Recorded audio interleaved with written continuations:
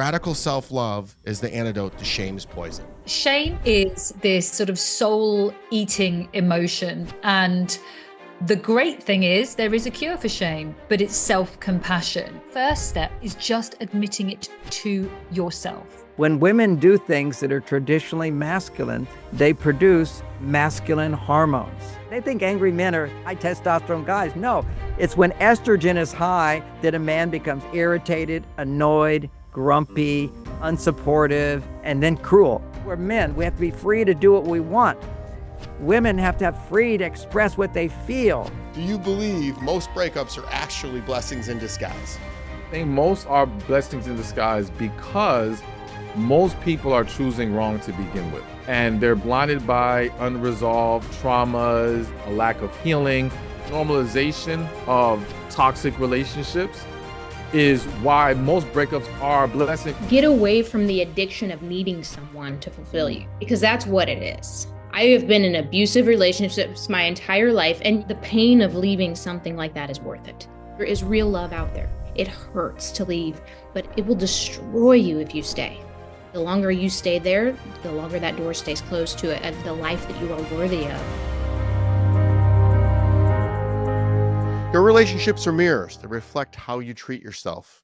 And the best of, we're going deep on communication and learning how to love without losing yourself. Real love starts with you. When you heal, every connection gets stronger. Lead with honesty, boundaries, and heart, and good things will happen. What inspired you to write Beyond Mars and Venus 25 years after your original classic? What I noticed over the years is more and more women were more on their male side, doing things that are traditionally masculine. They would often say to me, I read your book, but I feel like I'm from Mars and my husband's from Venus. When women do things that are traditionally masculine, they produce masculine hormones. So when women are goal-oriented, result-oriented, sacrificing their own personal happiness to achieve money, which is what we do as men without complaint. Yep. That's part of, being hard. Men don't do hard things, they're weak, okay? It's when you're challenged by life and you overcome that challenge. You set a goal and you do what needs to be done. What happens in our biology is we make testosterone. Now, men need to make 10 to 20 times more testosterone than women. So that's why men throughout history have all relished to thrive by doing difficult, challenging things, overcoming hurdles without complaint. This is all part of masculinity. But when women produce a lot of testosterone, because they're doing those same activities that produce testosterone, success-oriented. When women are success-oriented in the outer world, not success-oriented in the relationship, that's different, with your children and so forth, with your friends, your family, but you're out in the world, you'll make testosterone. And it turns out that when women make too much testosterone, their stress levels go up. Ooh. For women to cope with stress effectively, they can be on their male side, but they have to balance it with more estrogen. A man doesn't need that. Women need estrogen. They need to be making 10 to 20 times more estrogen than a man. Otherwise, their stress levels go up. Men need to make 10 to 20 times more testosterone than a woman. Otherwise, our stress levels go up. And what happens when our stress levels go up is blood flow goes to different parts of our brain. There's a reversal that happens. Instead of being optimistic, we become pessimistic. So when we feel safe, we don't produce stress hormones. When we feel threatened or in danger, we produce stress hormones. How you can really build testosterone is when you do things that are good for you or good for others. That's the thing. It has to have meaningfulness. I do something that's meaningful, but I choose it completely. When you don't choose it, when you complain about it, your testosterone goes down. But for women, when they complain about it, their estrogen goes down. Estrogen is the hormone that makes women happy. Estrogen is the magic hormone for women. And without it, they're stressed. And there's lots of research showing that whenever a woman is stressed, her testosterone is too high, like a man's, and her estrogen is too low. Oh, And that's what causes stress for women. So now you can look at all the ideas of men are from Mars, and you can see why we're so different. It explains these ideas, like when a man is stressed, he comes home because he can't keep solving problems. There's problems. As long as I'm solving problems, I'm good. I'm making testosterone. But if there's something I can't solve, then I have to temporarily forget it. So men have this tendency of the way to cope with stress. If you can't solve a problem, then practically speaking, forget it until you can. And that's what we call cave time for men. It's a time to forget your problems, distract yourself from your problems, and do things. You do something that challenges you, but it doesn't cause stress to you. It doesn't say, oh my God, if I don't solve this problem, we're not going to have any money. It allows you to forget your problems. But for women, the opposite is true. Forgetting your problems is almost an impossibility for women because they're not designed to do this. And it lowers stress for men because it produces testosterone. I'm solving this problem over here. I'm watching a football game, which is known to raise testosterone in men. For women to cope with stress, they don't need to raise testosterone. They need to raise estrogen. And guess what produces estrogen? One of the things is to talk about problems. So for men, it's solving problems, raises testosterone. Talking about problems to somebody who can help her raises estrogen. And so as we're designed in our brains to forget about problems, women are designed to remember problems. And when they're stressed, the problems they remember are all of the problems that are negative. Over the time, this 25 years, it used to be women would complain, he doesn't listen, we don't talk. Now women will say, my husband wants to talk too much. And she doesn't want to listen. She doesn't want to have conversations. She doesn't have anything to talk about. Her brain becomes overwhelmed with problems to solve, because she's on her male side, but she doesn't have this hormonal difference, which allows men to forget their problems by doing something else that produces testosterone. For her, in a sense, to forget her problems, she has to talk about her problems, which will raise her estrogen, which will lower her stress. And miraculously, without any problems being solved, she will feel happier and she will feel more loved. When I would explain to men, women just need to talk about their feelings, men go, I don't know why, but I'll follow what you say. And men will come up to me and say, I realize she can talk. I just need to listen and she'll be happy. Well, now women don't talk. So what does he do? So in order to connect with her, he will then start talking. So some men who are, we'll call it more on their female side, their testosterone levels are lower because their estrogen levels will go higher because he wants to connect. And when you reverse the roles, the hormones go out of balance. Some people want to have more traditional relationships, and that works. But for some people, some souls, women want to be more on their male side. Just make sure that you come home to a relationship that helps you come back to your female side. That's the key. You come home to a relationship that will raise your estrogen. And that's where I give women all these new communication skills to help them recover, reconnect with their feminine side. And then once they're connected with their feminine side, know how to get him to help her go there and to support her feminine side. You said women want less estrogen if they're stressed, right? No, women need more estrogen if they're stressed. Okay. But whenever a woman feels vulnerable and is needing something from you, her estrogen levels go up. When women are on their male side, they really don't even know the depth of their emotions and their feelings. They don't. Now, I'm a therapist, 50 years, doing this.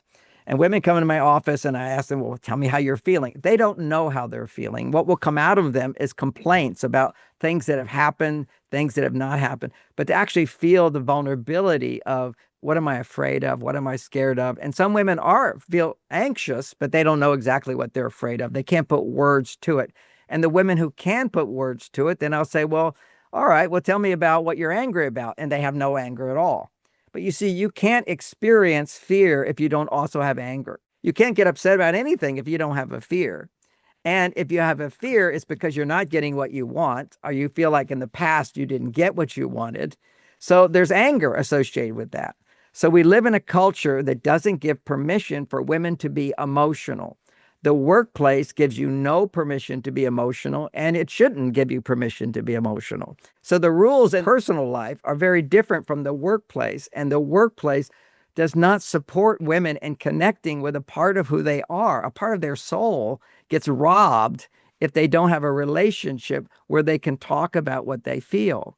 So it's not just talking is the first step, but she won't have much to say unless she's complaining.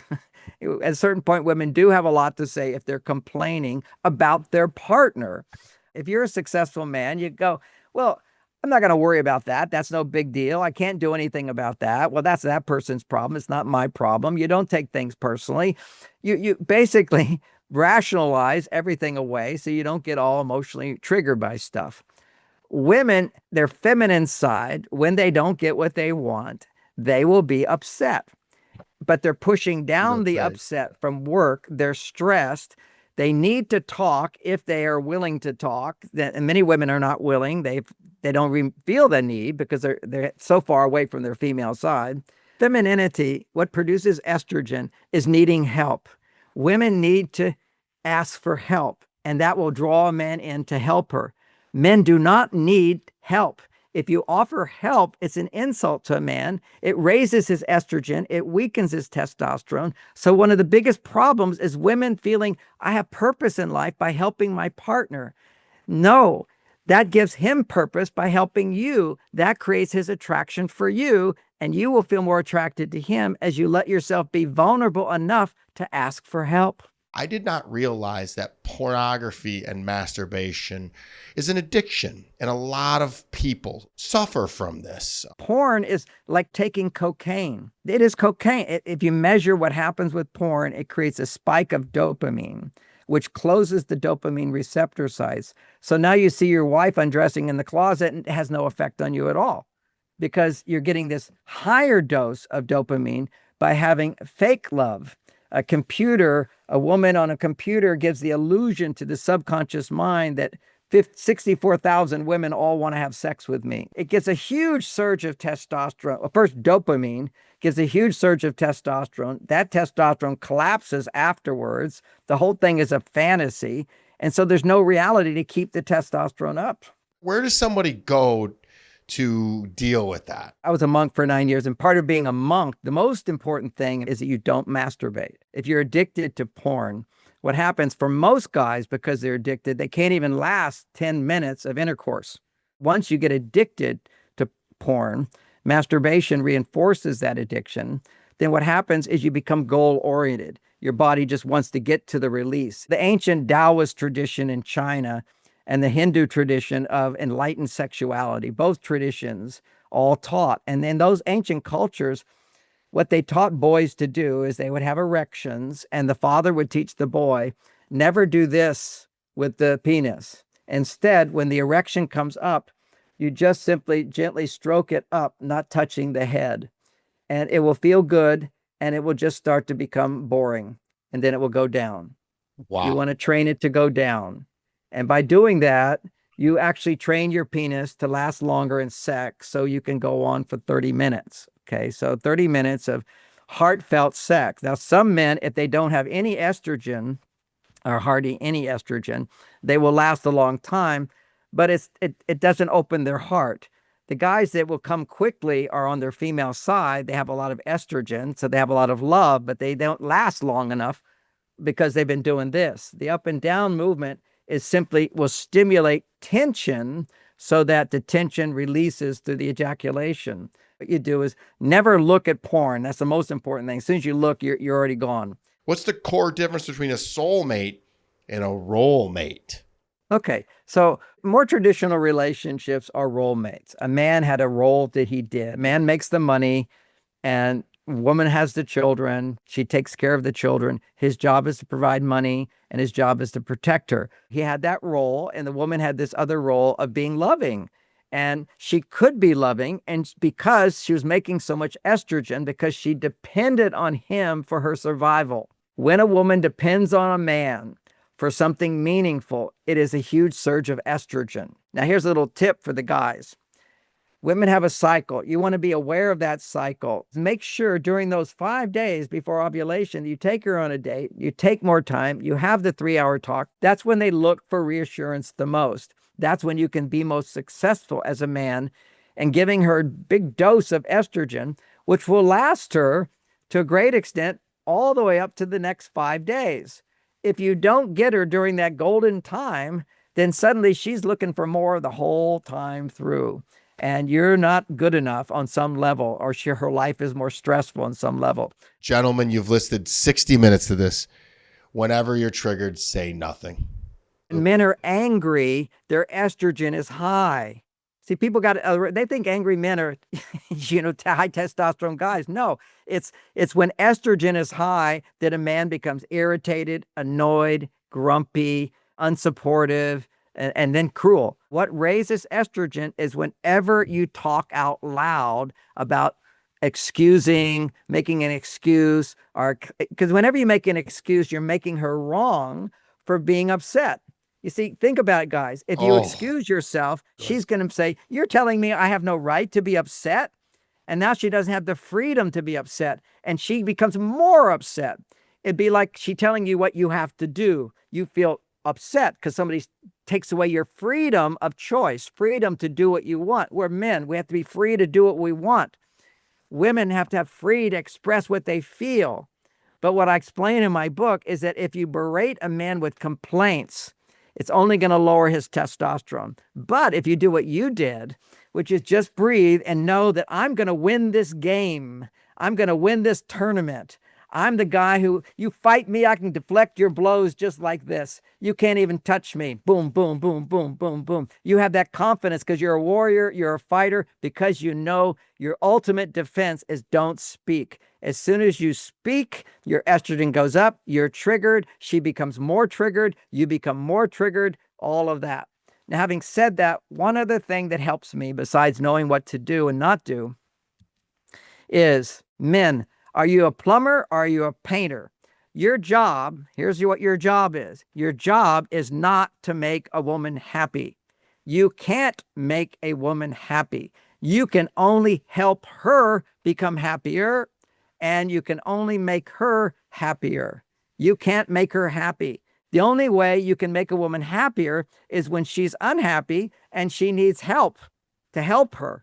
Because when you help a woman find her happiness, then what you do makes her happier. So keep that in mind. Your job is not to make her happy. Your job is to help her find her happiness, which she can do by talking as long as you don't talk.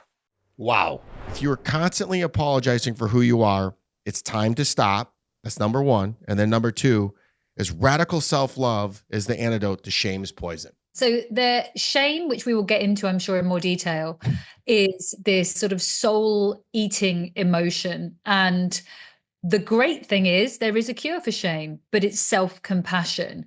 And that being this radical act of self-love. And sometimes people in our lives aren't going to support us. We say sorry, I think, for our inherent nature a lot of the time.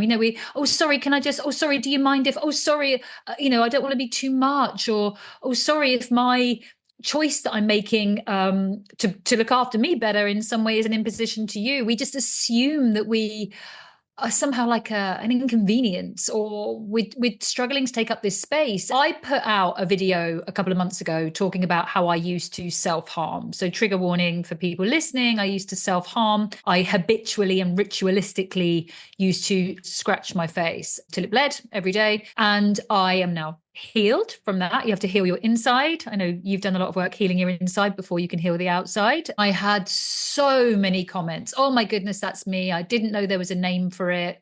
Wow, I do this too. Now, I also had hundreds, and I mean hundreds of DMs about it. Women commented publicly, men DM'd me privately. And that is, I think, what I've seen about shame. Shame thrives on you feeling isolated. Where I think coaching doesn't quite scratch the surface is I keep repeating patterns of behavior that are destructive. I know what I want to achieve, but I'm getting in my own way all the time. And that's really your shadow that we maybe haven't dealt with here. And that's where this trauma piece is the biggest piece of work that helped me understand myself. I am a type A. I've got a master's degree, I've got an MBA, I've got all the stuff. I call it medals, collecting medals. Like any course I'm going to go on, I'm going to, can I swear on this? I'm quite a sweary. Yeah, of course. I'm going to fucking smash the ass out of it. But in turn, that is like, again, you're like feeding the little monster inside going, be more perfect, do more. And that, no one will ever find out that you're actually broken inside. You're this failing like a person to keep doing more. I had a big burnout when I was coming up for 30, which I now understand was also linked to this perfectionism. I had a very violent childhood. My father was very violent. My mother colluded, incredibly violent, very terrifying. So I didn't have a safe person within my family system. And so for me, financial security made me safe in my head. So this pursuit of perfectionism and finance was the way of keeping me safe. But of course, I'm sprinting this fucking marathon, and at some point you're going to collapse. So my ass got served back to me and presented back to me in this huge catastrophic burnout. But the biggest piece of work for me and the biggest piece of work for my clients, which is an add-on to, but a really important part of this coaching work, is this understanding of trauma and shame. And then when you can move through that, that's when you have freedom. If shame had a LinkedIn profile, what would its job title and skill set be? It would be the ultimate isolator. And its skill set would be that it can make you feel alone no matter how many people are in a room with you, always feeling alone. I refer to it as, if you're at a dinner party or something like that, and if you're full of shame, there's a subject or a couple of subjects you just wish will not come up, because it's something that's just under the surface all the time for you. Like, I remember digging my nails into my palms, like, please don't mention that. Like, I'm just about holding this together. I'm masking whatever I'm masking. Like, please don't let the subject of, I don't know, like a marriage failing come up or something like that, because you're just sort of hanging on, trying to hold it together. And the last thing you want to do, you feel like you daren't break open Pandora's box. But the reality is, when you're being driven and ridden through life by shame, you're in Pandora's box. You just you're already being controlled. Shame is at the wheel, my friends. And until we acknowledge it, it loses all of its power. Every single last bit of its sticky, tar-like, gross existence on LinkedIn and all of its connections. So how can the listeners begin to identify and dismantle these shame beliefs? The first step is just admitting it to yourself. You fucking know what it is. You don't need me or you to help you find it. It's the thing, like I say, you're fearing will come up in conversation. It's bubbling right below the surface all the time. We're doing anything to swallow it back down. Like, we know what it is. Stand in front of a mirror alone. Be in your car. Be somewhere privately and just say it out loud. Let the feelings flow, let the emotions go, let whatever you need to do with it. Then as and when, find someone you trust if you don't feel you've got either a friend that you can trust or a professional. But as soon as you start to name shame, it loses all of its power. It can literally only survive for as long as you're keeping it in and trying to hide it and believing you're alone. I just know, like you, how joyful my life is on the other side of this. And much like you, I'm 43, I really feel like my life is beginning now. And I want people listening to this to know this is also possible and available to them. But what I know of shame, like this conversation, things that you've shared, if you hear something and you just go, oh my God, that's me. And if that's me, that means I'm not alone. And if I'm not alone, that means there's hope. And that is what is murders shame in its tracks, is knowing you're not alone and then feeling the hope. The radical self-love is the key to healing. And it's the hardest thing, because everybody thinks, if you ask somebody, do you love yourself? They're going to say, of course I love myself. But do you? Look at the choices you're making. Are you choosing you? Are you choosing what's good for you? When shame is gone, what takes its place? Self-compassion. Why is it so freaking hard in today's life to date? In the earlier years of social media, I used to be one of those people that was like, let's not blame social media. Social media is just exposing a lot of the issues that already existed, which is still true. But at this point, I believe social media is creating all kinds of additional problems and struggles for people. The digital world has made things a lot more difficult, and the dynamics that existed once upon a time are no longer here, and it's caused a lot of problems. So there's a different way we have to navigate life now if we want to have success in dating and relationships. Social media does exacerbate in dating and relationships. Yep. It's the whole illusion of options issue. People are comparing now more than they ever have before. Now it's like you can always jump online and see something quote unquote better. Because it looks better, it makes it harder for you to be at peace with what you have.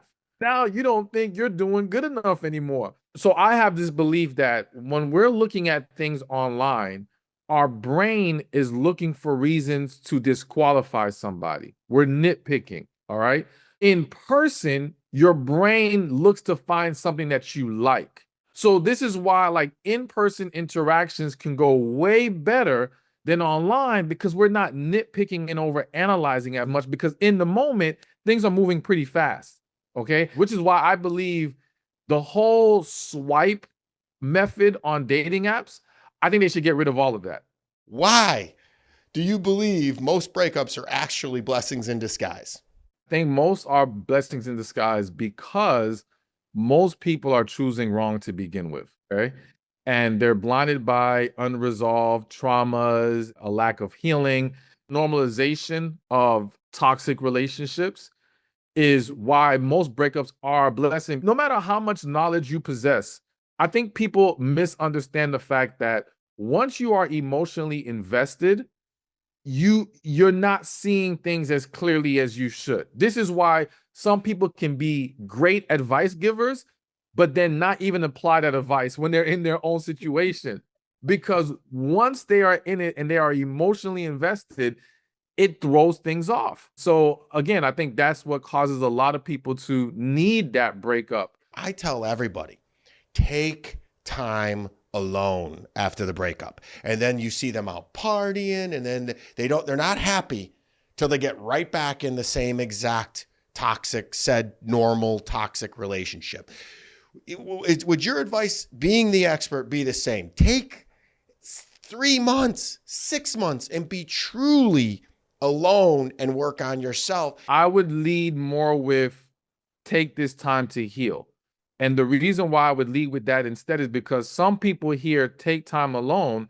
They think, okay, as long as I stayed single or maybe buried myself in work, I worked on myself. You didn't really resolve the deeper issues. And so even if you go a year, 2 years without dating or being by yourself, when you step back out there, you're going to repeat the cycles. You might end up in a worse situation. Focus on the healing. And when we focus on the healing, for some people, that might be a few months. For some people, that might be a year-long process, depending on how much effort they put into walking through the steps to get through that healing process. You have to learn how to be happy in your own space. I always say, you don't have to be happy that you are single, but you should learn how to be happy while you're single. When you do that, that's going to lessen the chance of you entertaining someone who you should not be entertaining, and you being able to attract and actually embrace a healthy relationship. Emotions are energy. So when we go through trauma, hurt, disappointment, all of these things create energy within us. And if you don't release that energy stays trapped in your body and causes problems. That trapped negative energy has to be released. We got to let it out. Forgiveness is a huge part of it. Forgiveness isn't saying what they did was okay. It's saying you're not going to hold on to it any longer. Forgiveness is for your freedom, for your peace. Your relationship with yourself is the most important thing. It's what's going to make or break you in your life. So many people live every day but are dead inside. Is it fair to say that men have a worse reputation than women in dating today? Men definitely have a worse reputation. Do I think they are truly worse? No.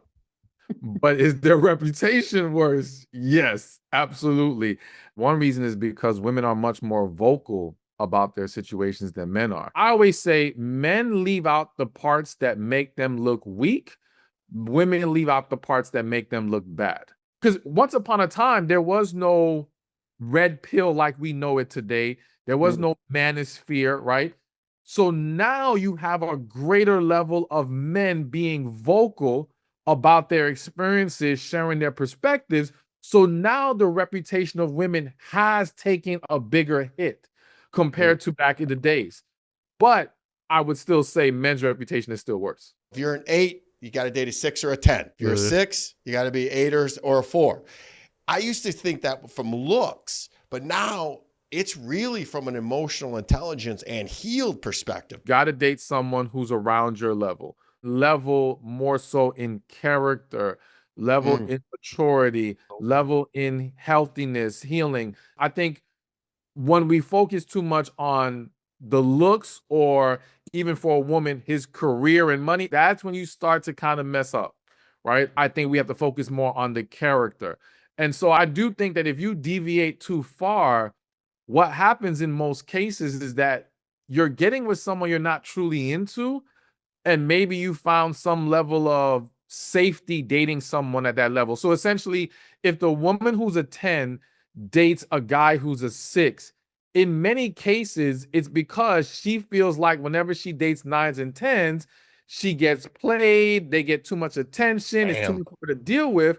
So let me deal with a 6 where he'll worship the ground I walk on, and it should be safer here. And the same thing can happen with a lot of guys. And the problem is, if that 10 isn't going to pour into that 6 in the way that they need, the relationship isn't going to work. So whatever level you date on, you got to make sure I can be what they need in return. I can give them the level of desire they're looking for in return. Because if not, it's not going to work in the long run. I do think it also starts with, again, what type of partner you're looking for.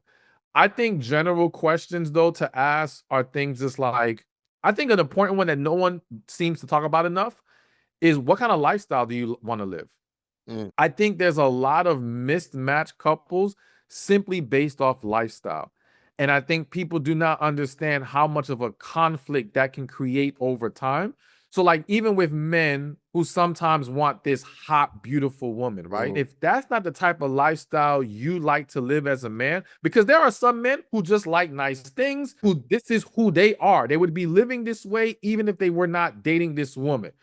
If you're just doing this for her, you can't sustain that. You were not giving her who you truly are. This is why understanding the lifestyle one is looking for and wants to live, and especially for the men, identifying, okay, what is my lifestyle preference? And only accepting a woman who embraces my lifestyle, who makes it better, who enhances it, but who is not requiring things of me that just do not sit well with who I am. Lifestyle is something that I would ask about no matter where you are in life. One of the things that we need to get to at least help with less toxic relationships and more healthy ones, is just honesty. All right. So my thing is, if there's a woman out there and that's what she wants that high life, and there's a man out there and he wants multiple women, just be real with each other then. And for those who want something real, do not entertain those individuals who are living a life that is contrary to what you truly desire and want for yourself. What do you mean when you say we don't attract what we want, we attract who we are? First, don't even think it's about attracting who we are. I think the first deeper issue is who we entertain.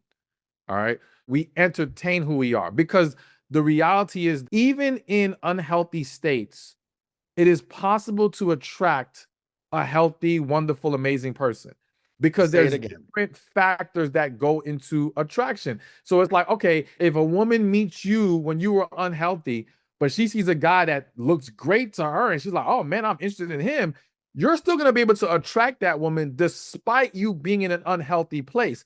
But if she is truly healthy and you are unhealthy, you will struggle to entertain her. Now, do I believe that if you are in an unhealthy place, you are increasing your chances of attracting unhealthy people? Yes. If you are healthy, you're still going to have both unhealthy and unhealthy people come your way. But because you are healthy, your ability to entertain an unhealthy person is damn near eliminated. Tell me, what was the exact moment you decided your story needed to be shared with the world? I realized I keep picking the same type of person. I have been in abusive relationships my entire life. And yes, abuse is wrong. Yes, people shouldn't treat you that way. But I keep allowing these people into my life. And so at some point, you have to look at yourself and go, okay, what role am I playing here if these types of people keep ending up in my life, right? The abuse is wrong, but No one can abuse you if you aren't allowing them to. No one can stay in your life if you don't let them stay in your life, regardless. You have to stop letting unhealed people stay in your life. You have to take a stand for yourself. You have to know that you're worth more. You have to be the one that says enough is enough and walk away, even if it hurts. How did you turn it into a powerful space for healing and building your incredible community? I didn't look at it as anything other than I know that I felt alone in my own healing. I wish no one else would ever have to.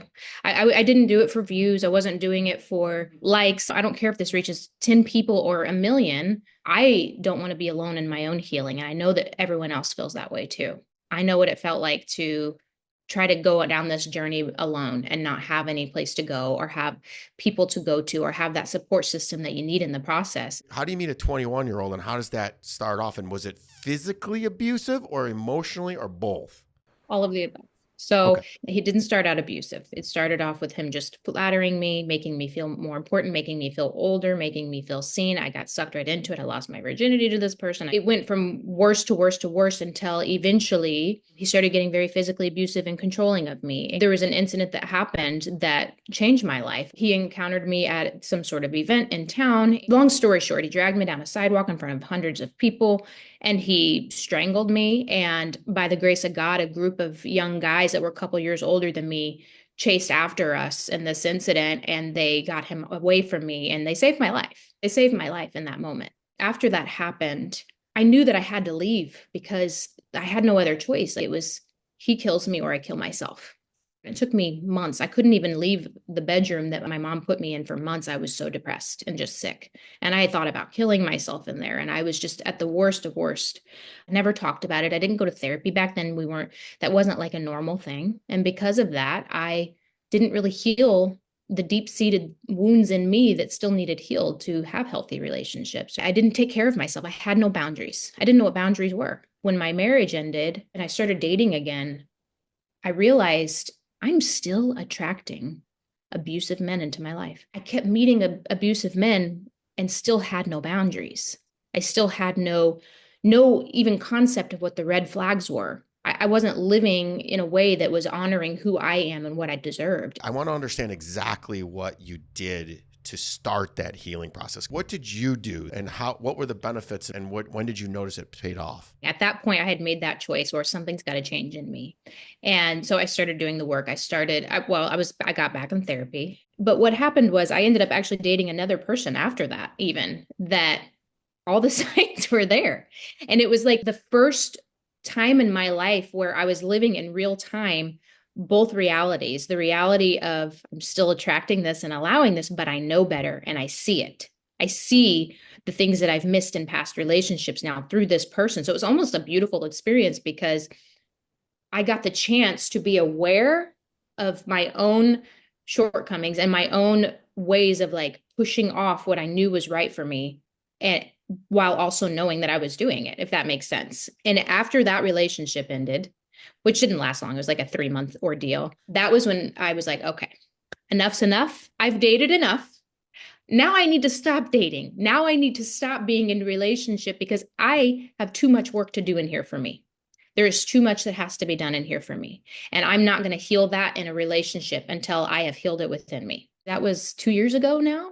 And I've been purposefully single this entire time in therapy and diving into who am I? The hardest part was the very beginning, was sitting with the darkest parts of me, the parts of me that didn't feel worthy, and acknowledging all of the places where I didn't feel good enough myself for something healthy. And when I realized all of those parts of me that were just like, I don't deserve better. I don't believe I'm worthy. I don't feel lovable. I don't feel likable. When I realized all those parts, I was able to sit with those thoughts and those feelings and go, okay, but why? And give them grace. And I think extending myself to the grace and building myself back up as a human being and going, no, actually, that's not true. You are worthy. You are valuable. You are a loving person. You are a good person. You have every reason and to be in a healthy relationship. You do deserve that. And I had to build myself back up. I built myself back up over the course of months of time years really. Where every time those negative thoughts would come back or those old patterns would come back, I would question it. I wouldn't allow it to just exist and take over my mind and my heart and my soul. I would go, no, that's not true. The truth is that I'm worthy. The truth is that I'm valuable and I can feel this way and it still not be true. What advice do you give to women any age that are in a similar situation, that are in what we'll call a trauma bond? The pain of leaving something like that is worth it. It's going to hurt. You can stay in that pain. That pain will last for as long as you allow it to. It's got to be better than this. There's got to be more than this, right? And we each deserve to be loved, truly loved, not tolerated, not disrespected, not unappreciated. There is real love out there. It hurts to leave a trauma bond. It's going to hurt so bad. It's an addiction. You will have to break that addiction like you would any other sort of addiction. It hurts to leave. It will destroy you if you stay. So you have to make the choice. You have to make the hard choice. Which path are you going to take? Are you going to stay and let this literally destroy you and steal the life from you? Or will you leave and let it hurt for a while, knowing that there is a light at the end of that tunnel? How do I heal now? You have to heal. You have to look at the dark parts of yourself, the parts of yourself that have allowed abuse to exist in your life at all. Therapy, coaching, finding people online that have experienced what you've experienced, that are doing the work. Surround yourself with the type of people that are doing the work, and that will help you too. I wish men understood that even your words can be abusive. I think men, a lot of times, they discount a woman's experience of being abused because she wasn't hit, because no one could see the abuse, right? And abuse can be a million different things. It can be emotional, can be psychological, can be mental. Those little tiny things that you say out of spite, just to make someone feel smaller, that you love, that's abuse. And you may not think it is in the moment, but if you find yourself wanting to make someone else feel less about themselves, that's something you have to sit with and ask yourself, why would I want that? Why wouldn't I want the very best for every person in my life? You should want the very best for everyone you love. You took the words right out of my mouth.